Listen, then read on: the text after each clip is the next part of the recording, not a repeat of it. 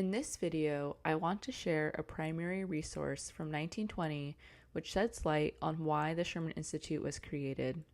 In a nutshell, the Sherman Institute is one of the largest off-reservation boarding schools for Native Americans and is still around today in the form of Sherman Indian High School, located in Riverside, California.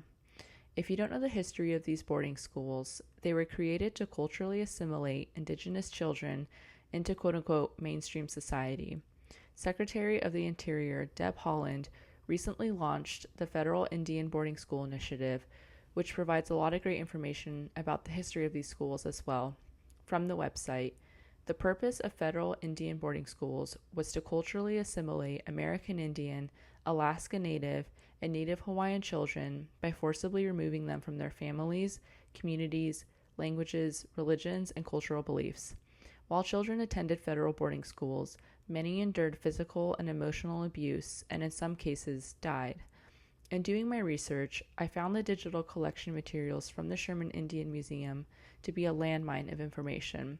Bulletins served as a sort of news publication for the students of Sherman, capturing the happenings on campus and other matters of interest. Importantly, these bulletins provide direct insight into why the schools were created and serve as proof, or as I like to say, receipts, that the schools were driven by capitalistic and religious interests. So why is this particular reprint from the Sherman Bulletin significant?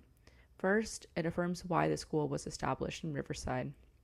It was the temperate climate and being in Southern California that made Riverside an ideal location for the Institute. The school could hold military exercises outside on a year-long basis, and the physical school buildings themselves were beautiful. The author writes, of all the schools under the Indian Office, Sherman Institute of Riverside, California is probably the most widely known. By this remark, I do not mean to make any invidious comparisons between this schools and others in the service, but simply to state that Southern California business interests, always on the qui-vive to make capital of anything that would attract and interest a tourist, have incidentally, of course, been the means of bringing the name of Sherman to the foreground. But ultimately, a primary reason for having the school in Riverside was to attract visitors who would be interested in viewing quote-unquote real live Indians, thereby increasing foot traffic to the neighboring Mission Inn. The bulletin reads, disguise it as we may, the Redskin always interests us. He interests many as a curiosity, a relic of the past, as an old piece of furniture would claim our attention. Even here, where the Indian is cut off entirely from his former surroundings and treated rather as a college boy than a son of the wild, this curiosity is still manifested by those who, quote, do the place. They view the Indian boys and girls in the workshop, the sewing rooms, the laundry, a study hall, and they go away satisfied. Their curiosity, at least, is satisfied. They have something to speak about in other times and in other places. The author separates himself from these motivators and makes a religious argument for creating the school. The bulletin reads, but for us Catholics, the Indian must ever hold more than an ephemeral interest. This point of view relegates curiosity to the background, and in its place comes a natural query, what are we doing here at Sherman for the soul of the Indian? His goal appears to take a moral high ground, but reflects an inherently discriminatory perspective, one that was responsible for an erasure of native culture and language. The bulletin reads, in the first place, it seems to me more patience is needed in dealing with Indian students. Many a newcomer does not know either Spanish or English, but only the tribal tongue. However, perseverance and patience always have their reward.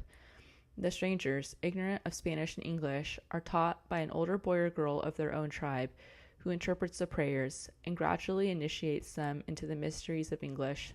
For the bright ones, who have thoroughly mastered the catechism, we have a reward, a class Bible history which occupies and interests them greatly.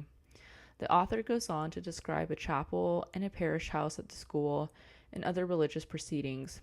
He compares missionary work at the boarding schools to that on the reservations, stating that work on the reservations offers more comforts. He concludes with this. In conclusion, we might add that the simple faith and childlike piety of the red man will amply repay all sacrifice in his behalf, and Christian charity, at least, if not justice, seems to demand that we cherish with peculiar affection the souls of those who first possessed the fair country wherein we now dwell in peace and prosperity. It's important to keep in mind that not all parts of the bulletin read this way, but that many voices of the earlier bulletins are indicative of this perspective and the reason for why these schools were established. As the school evolved, so did the content of the bulletins. So why is this relevant today? Personally speaking, these archives have been a key in connecting pieces of my own family history and reconciling with the loss of heritage and culture. They serve as pieces of history that have been forgotten or told differently in U.S. classrooms, often not from the perspective of the indigenous themselves, but by those who held traditional forms of power. It is my hope in creating these videos that I can begin to shed light on a different perspective, one directly from the archives themselves, from descendants of the students in these photos, and perhaps begin to rewrite history.